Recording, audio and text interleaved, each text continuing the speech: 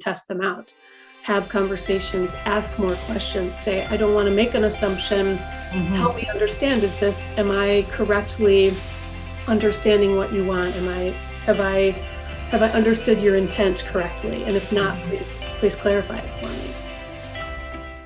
Welcome to Women We Should Know with international speaker, mindset reset mentor, author, and your host, Leslie Michaels. With audacious honesty and candor, the Women We Should Know podcast presents the wisdom and life-empowering insights of women who are the embodiments of innovation and social evolution. Please join Leslie as she shares potent conversations that will inspire your personal and professional evolutions. Welcome back to Women We Should Know, the podcast where I consistently have the honor and the privilege of introducing you to the voices of women who are out there making tremendous changes, women who are carving new paths. And as they do, what is so amazing about each of the women that we bring to this show is they always leave a light on. They leave a light on so that the rest of us can follow and pick up nuggets and pick up wisdom from their experiences. And it is just the best day of my week when I get to do one of these podcasts. Today we have a return visitor because she was so phenomenal before that I had to bring her back to share more with all of you. And okay, listen up, women, her book's coming out. Yay! Yes, indeed. It's coming out Monday. So if you're seeing this, check Amazon. It's probably already out. Ellen Patnaude is a communication coach with more than 2 decades of experience, and she reveals her insights about how and why we project our own fears and beliefs onto others. Oh, everybody but me, right? Sometimes we're simply convinced that we're right, or we're afraid to lose face by asking questions. Oh, this is something women have a terrible problem with. I must say, that's been my observation. Ellen bravely shares the mistakes she's made in her own career and offers practical suggestions on how to assess and recognize when we are making assumptions about other people, whether there are our colleagues, friends, or family members. Ellen has always been fascinated by how a person's nature and nurture combined causes them to interact with people around them. She has built an internationally recognized company supporting individuals and teams in getting better at everyday important interactions. I don't know a one of us who can't benefit from that. I bet Ellen would even say that she does. As she teaches other people, she learns. She is a credentialed PCC level executive coach and certified in multiple assessment tools. Now, I'm not going to talk about her book until I get her on here, and then we're going to have a juicy conversation. Hi, Ellen. Thanks so much for coming back. Hello. Thank you so much for having me. It's a pleasure. Absolutely. Okay, let's dive in. Let's tell all these women what you're up to and why they want to know about it. Let's start with, what is the name of your book? The name of the book is I Thought You Knew, and the subtitle of it is Confessions of a Chronic Assumer and How You Can Stop Guessing Your Way Through Important Interactions, which is a long subtitle, but I think somebody looking at the cover of the book will have a very good idea of what it's about when they pick it up.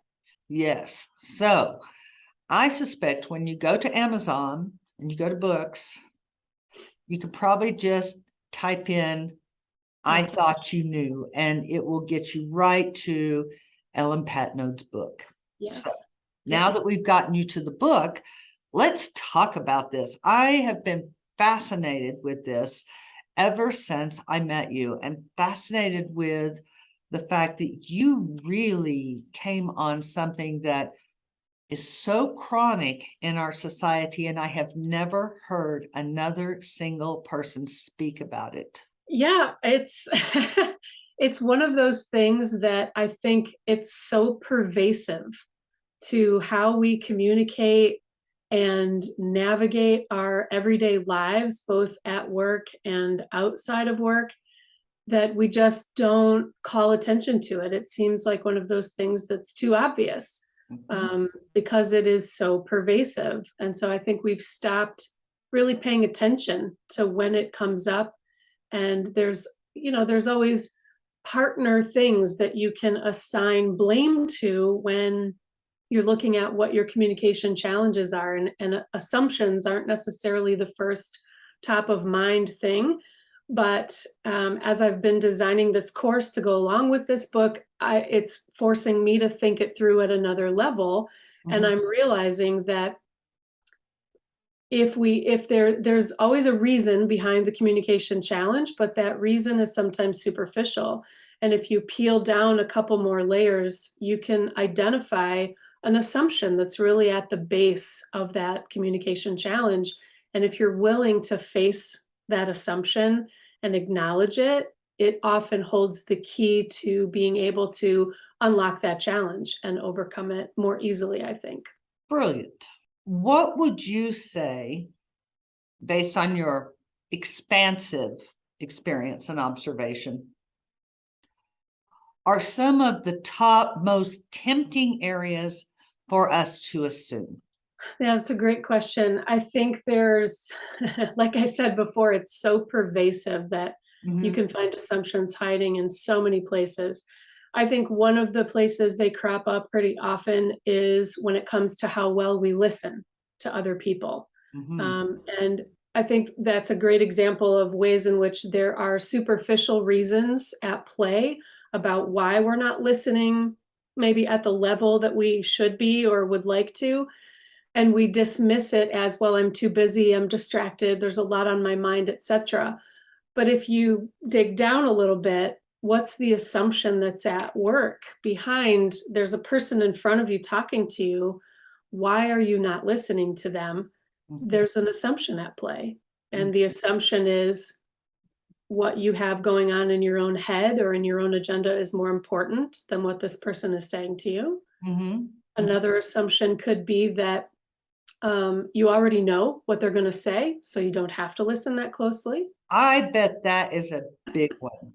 I've caught myself doing that, and then they surprise me and say something else. Or haven't we all been in that situation where someone finishes our sentence and we're saying, no, and they Yep, finish it again, no, and they finish it again, no. And then finally they said, what were you going to say? right. Yep. Or we make assumptions about the direction, right? The direction that we think the conversation is going to go, and we're not really listening because we want to understand. We're listening because we're waiting for our chance to speak. Mm, We're listening for our opportunity to jump in. And again, the assumption paired with that oftentimes has to do with confidence. We get mhm, these either we're overly confident, and so we assume that we know what's coming next or the direction, and that what we have to say is important, or the converse is true, which is an experience I wrote about in my book, where we have a crisis of confidence happening that makes us show up feeling like we have something to prove. We need to prove mm, our value. We need to prove our worth. And mhm, so we're listening for our opportunity to jump in and prove our value or our worth, that we belong at the table or we belong in the conversation. So there's so many different ways that, and mhm, that's just one example with listening, so mhm, many different ways that assumptions show up and have an impact on our behavioral decisions, mhm, that again, if we can recognize what's happening at a base level, mhm. then it's easier to say, I don't really like how that feels. I think maybe I want to do something to try to overcome it. Right. I love when you said a confidence crisis or a crisis of confidence. I'm such a fan of language because it can tell us so much with so few words. I could see that becoming a phrase in the business world that helps many people to begin to recognize their points of assumption that are directly tied to their confidence level. Absolutely. It's something I see pop up in a lot of places. I think it's directly connected to what we call imposter syndrome. Um, Feeling like you're not good enough, you're not worthy. People are going to find out at any moment that you don't know what the hell you're talking about, Yes, right? So, I mean, crisis of confidence shows up in a lot of different ways, actually. absolutely. Imposter syndrome, that's one of my big focuses. I'll be sending my clients to purchase your book. When we begin to notice that we are in assumption on a fairly regular basis, I agree. Ever since I met you and you brought this to my attention, I've noticed just how much I assume. Mhm. And it becomes very uncomfortable. Women, it does become uncomfortable when we call ourselves out on something. What are some of your tricks or techniques or processes that you give to your clients to help them move through that awkward growth space? That's a great question. I think that, sort of the large sweeping tip or technique. I was on a coaching call with a client this morning, and this was the theme of the conversation: assumptions that she was making about a person who reports to her and what they really want out of their role. Mhm. We need to be a lot more curious. We need to ask a lot more Mhm. questions. And if we follow that natural sense of curiosity and ask in our own minds, do I really understand what they want? Do I really understand what my boss is asking me to produce right now? Or am I saying yes because I'm afraid that by asking a question, I'm somehow going to reveal that there's a gap in my knowledge, or I'm going to be perceived as weak. Mhm. Um, that's a big problem that I think a lot of us face, particularly women in the Yes. workplace. If we can just bring ourselves to say, well, hang on a second, let me just ask a question and make sure that I understand. There are loads of ways that we can ask questions that don't make us look weak, that don't make us look uninformed or not smart enough, but rather make us actually look really dedicated to doing a Yes. great job and dedicated to going above and beyond to surpass expectations and not just meet them. So how we ask questions is important, but general best piece of advice regarding undoing assumptions is to simply test them out. Have conversations, ask more questions, say, I don't want to make an assumption. Help Mhm. me understand. Am I correctly understanding what you want? Have I, have I understood your intent correctly? And if not, Mhm. please clarify it for me.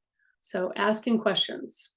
I've experienced and observed the same thing as you. Women have a more difficult time with asking questions than men, a Mhm. more difficult time with trusting themselves to ask questions because what if they're seen as not knowing? But that is the whole purpose of growth. That is the whole purpose of taking a job or taking a class.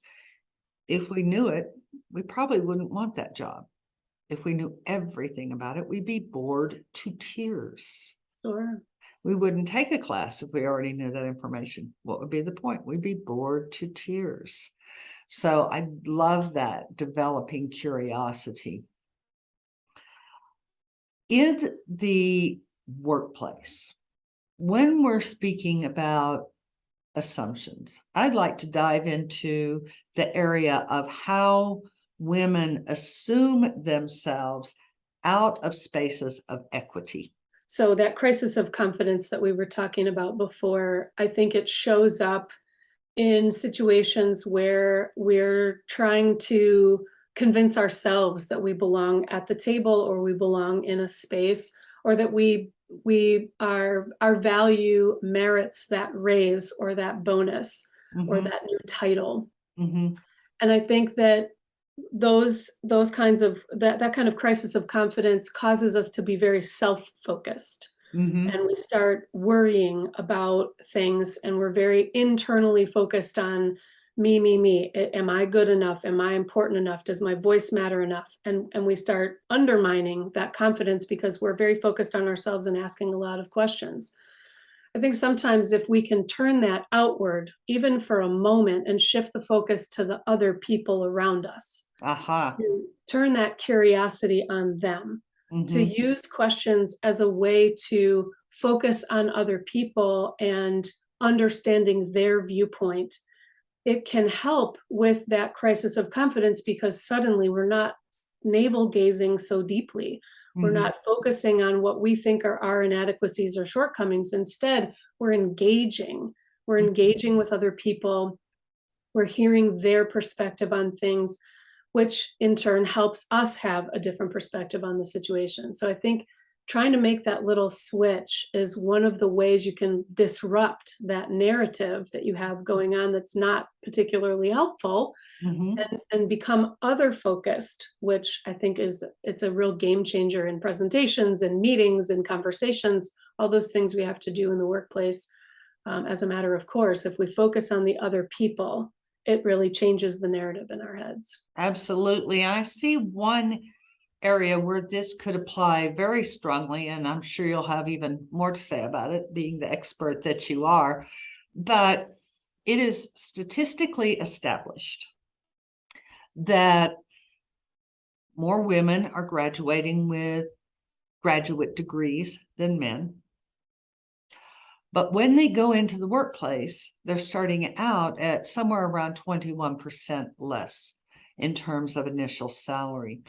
But what accompanies that is the data that men will start negotiating their salary from their very first position.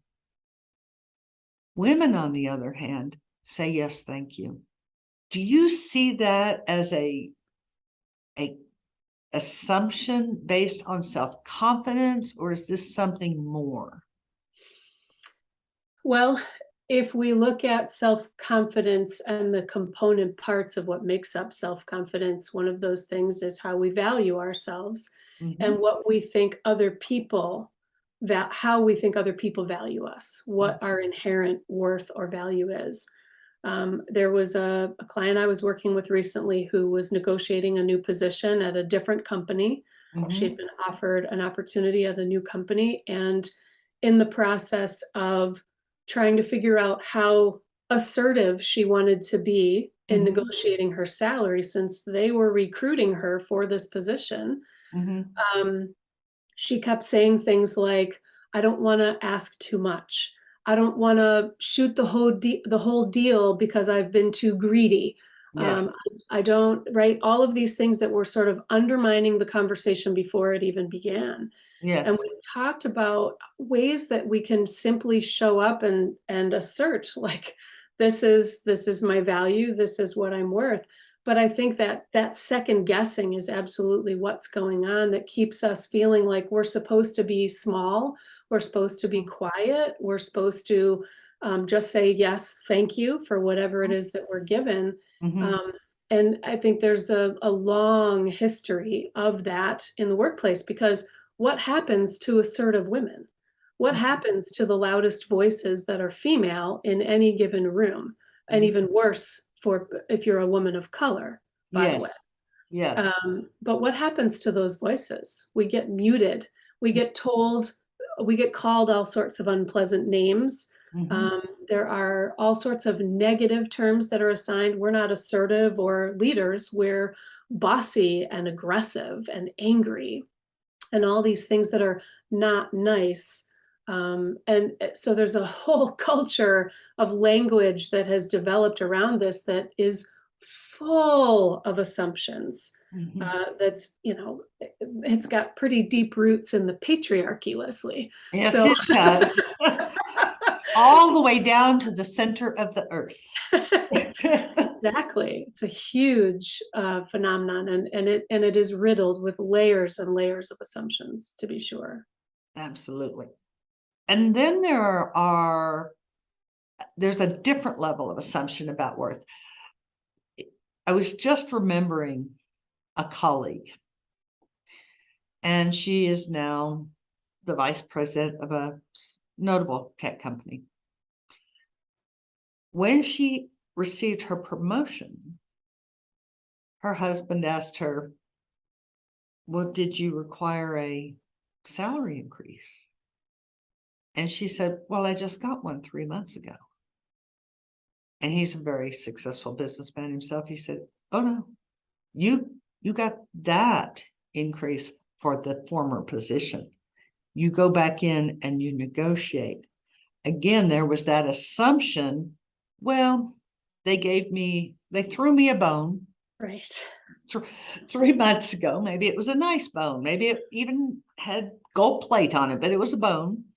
Right. So now I don't have the right to ask for additional compensation, even though I just took on a much more significant role. Yep. How would you counsel a woman in that position? Because I bet you we have at least 1 or 10 women out there in the audience that are saying, oh, I did that. Yeah. I think so the right opportunity, sometimes you have to create the right opportunity. Mhm. The client that I mentioned I was coaching earlier today is actually in a similar position of wanting to renegotiate her title and her salary Mhm. because there has been additional responsibility kind of layered on to what she's doing. Mhm. And what I told her was that it's her responsibility. She asked, like, shouldn't my boss be requesting a meeting to say, hey, we've been noticing you're doing extra work and we've piled more responsibility onto you. Here, let us give you a new salary structure. And I said, well, why would that possibly be in the company's self-interest? Why would it be in their best interest to reach out to you and say, hey, let us pay you more?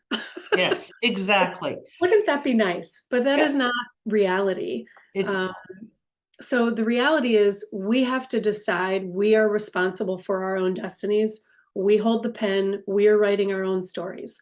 So what that means is that we have to take the initiative sometimes. If your company has a structure where they do performance reviews throughout the year, the best ones manage to do it quarterly, then at a performance review, that might be a great opportunity to review your job description compared to your current job description. If that's not an option, then another way to do it is to simply request that meeting. Who are the people that would make that decision? mhm. Ask them into a room to say, I'd like to talk to you about this. What are the possibilities? Here's what I'm seeing. Here's what I'd like to present as fair compensation for the role I'm playing. Let's have a conversation and talk about what's possible. So taking initiative really has to be at the heart of it. Absolutely. And women do this so commonly that it actually has a name now. Mm. The tiara syndrome. If Um, I am a good employee and I work extra hard and I am extra innovative, someone's going to notice Yeah. and put a crown on my head, but it just doesn't happen. Yes. It just doesn't happen. What are one or two of the hardest areas that you have observed or experienced yourself for being able to address assumptions candidly and honestly with ourselves? I think one of the areas in terms of sort of very practical everyday terms is around meeting culture. There are a lot of assumptions baked into who's responsible for the success of the meeting, and we usually put that squarely onto the person who has called the meeting together. Mm, So there are a lot of assumptions that we have to reconcile. Are we willing to sit through a meeting that is not productive? mhm, And it's one of the top complaints that I hear when I work with companies where this is a struggle, which is 99% of the companies that I work with. Meeting culture has become very toxic. mhm, I jokingly said to one team recently, it is the place where the energy of a team goes to die because it just sucks the life right out of a team, these meetings. And yet people keep showing up for them. They don't question why they've been invited. They don't question what's the purpose, what's the mhm, focus, what are we mhm, trying to do in this meeting? And mhm, they certainly do not speak up during the course of the meeting to say, I think we're getting off track Right. or we're running out of time. So, like, all the assumptions baked into that are around whose job it is, Right. whose responsibility it is. And when we don't see it as our own, that can be a really difficult one to stop playing the victim and Mhm. recognize we have some power and some voice in that moment if we choose to use it. Would there also be a factor of authority that causes people to assume that they shouldn't speak up or assume that they shouldn't contribute, that they don't have the authority because they did not call the meeting? I think it's very fair to say not only they don't feel like they can speak up because they didn't call the meeting, but if you back it up a couple steps, who invited you to this meeting in the first place? Why Mhm. do you feel that you need to go? Do you understand what the purpose is in going? And if you don't understand the purpose and why you've been invited, ask a question. Mhm. Say, hey, there are so many ways that we can do this. The art of asking good questions, it is an art unto itself. I really believe that, but it's not impossible to cultivate. Um, Mhm. and so the art of asking questions the right way so that your audience is hearing you the way that you intend, which is get back to that thing about focus on the others, not just on yourself. But what company or boss would reprimand you or put consequences on you for simply saying, "Thank you so much for inviting me to this meeting. I'm not totally clear why you think I might add value to the meeting. Can you help me understand where you think I can add value so that I can come prepared?" Absolutely. You got a boss that pushes back on that, you need to move on to a new company. Absolutely. What are some of the primary ways that you have found personal freedom by being able to notice your assumptions? So, I when I started writing this book, it was because I had started noticing assumptions and it kept coming up everywhere in conversations with clients. It just wouldn't leave me alone. And the more I started writing, blog posts or articles about it, the more I saw it in other places.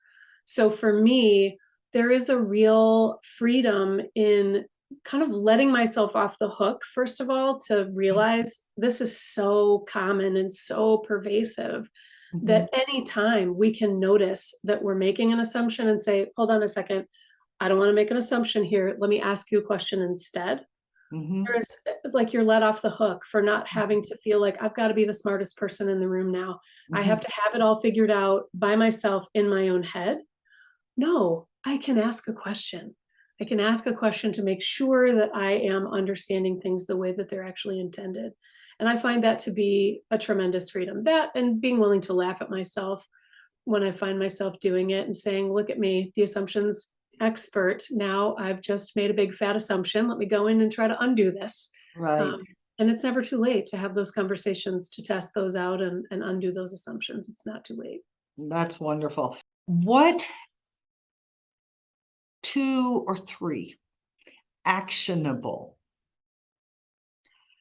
stances could you recommend to the women who are tuning in with us today? I would say, first and foremost, be willing to engage in honest reflection about what your own behaviors are, where assumptions are making things harder for you or less clear for you. Honest self reflection has to be a starting point for all of us. If we're not engaging in honest self reflection, we have no hope Mhm. of finding the path forward. So that's got to be first. Mhm.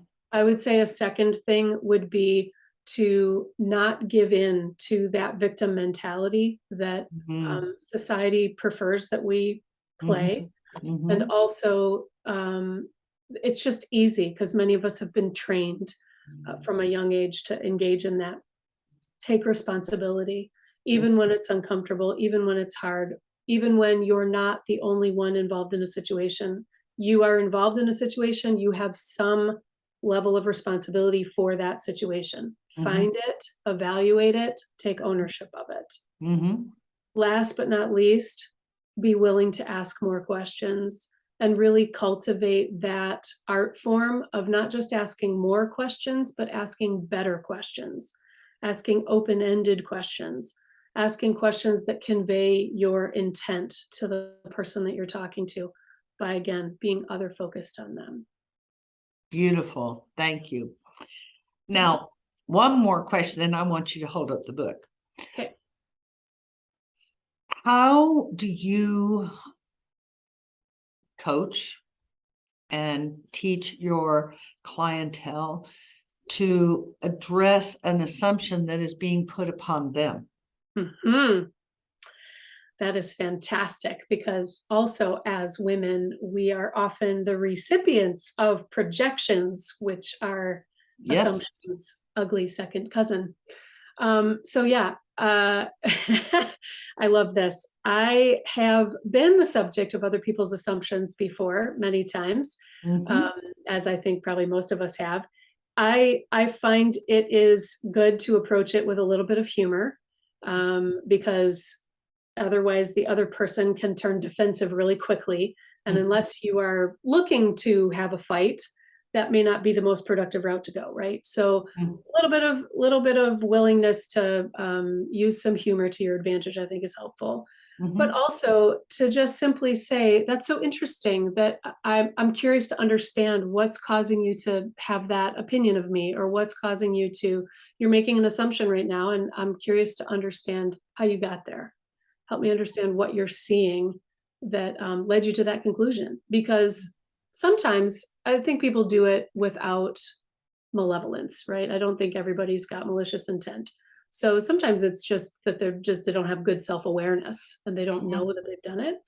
But other times and if you approach it the right way, they're more willing to walk it back a step and say, "Oh, wow, okay. I can see how I am actually making an assumption right now." Mhm. And in my experience, they're more willing to talk about it and say, "You know what? That's right. Let me back off here. You tell me what is the right way to look at this situation." So Mhm. again, entering into that conversation, being willing to speak up can be the hardest part. Being willing to speak up and say, "This is interesting to me. I'm noticing that you're making some assumptions right now. Help me understand where that's coming from." Can be hard questions to ask, but very create a lot of insight, both for you and the other person if you do it. So just taking a different turn on the action of asking more questions and being curious. Mhm. Mhm. Absolutely. Yep. Yes. It can be scary because you may be afraid they say something you don't want to hear. You may be afraid they're going to reveal something you thought you had well hidden. So what? I think Now that's it's no longer something that can be used against you. It's all spoken, it's out in the light, it's out in the air. yes, and I think that's a great, David Sandler, the sales guru, piloted this idea of separating our identity from our role. Yes. And anybody that's gonna come at you for something, it's about your role. It is not it can't touch who you are at your core in your identity unless you let it. Mhm. And you're so firmly in charge of that, Mhm. remembering that you're the one that's in charge of that, you don't give permission to anybody else to impact you at that level. It's about your role. And if it was a bad day at work, it was a bad day at work. Tomorrow's a Mm. fresh day. But it Yes, doesn't mean that you're less of a person. exactly. Even if they are trying to make it personal, it does Exactly. not mean you are less of a person That's right. That's right. because we've seen those too. We've Oh, seen for those sure. moments. Yes. 100%. Would you hold up that book so that everybody that's watching can see? It's just a little white. There Very. it is. I thought you knew on the bicycles. That's Check right. it out, women. It's a great little quick read. Great little quick read. I've gotten great feedback about it from people so far who've read advanced copies. So I can't wait to hear what other people think about it. And women, to my knowledge, and those of you been with me for a while know I'm extraordinarily bookish. To my knowledge, there is not another personal development or business book out there on this topic. This is a truly unique and powerful and important topic that Ellen is bringing to us. So check it out. Check it out. I guarantee you have assumptions, just because it's a pretty safe bet that unless you are completely wizened, whatever that word is, being, you have assumptions. We can assume you have assumptions. So there we go. Ellen, thank you so much for coming and sharing this wonderful, wonderful educational treat that you have created with us. Thank you so much for having me, Leslie. I really appreciate the opportunity. Absolutely. Okay, women, you're going to buy the book, right? Yep, comes out Monday. Now, after you get the book, and you obviously have heard this podcast, like, subscribe, and share. What 1, 2, 3, at least, women do you know who would benefit from this conversation and might consider benefiting from Ellen's book, because they keep themselves in a little bit of a small corner? Well, be a sister. Be a stand-up, supportive woman and forward this episode to them. We must stand up for and with each other. And this is just one of the little ways that can be greatly impactful that we can do that. So there you go. I look forward to reading your comments. And as you go through the rest of your day, please remember, you are stronger and wiser than you know. Thanks for tuning in, everyone. We hope you received inspiration for expanding your own social innovation and influence. Help us inspire others by sharing this episode and leaving your comments over at lesliemichaels.com/podcast. For more tips, insights, and support in creating a fully audacious, professional, and personal lifestyle you love, visit our Women We Should Know community on Facebook.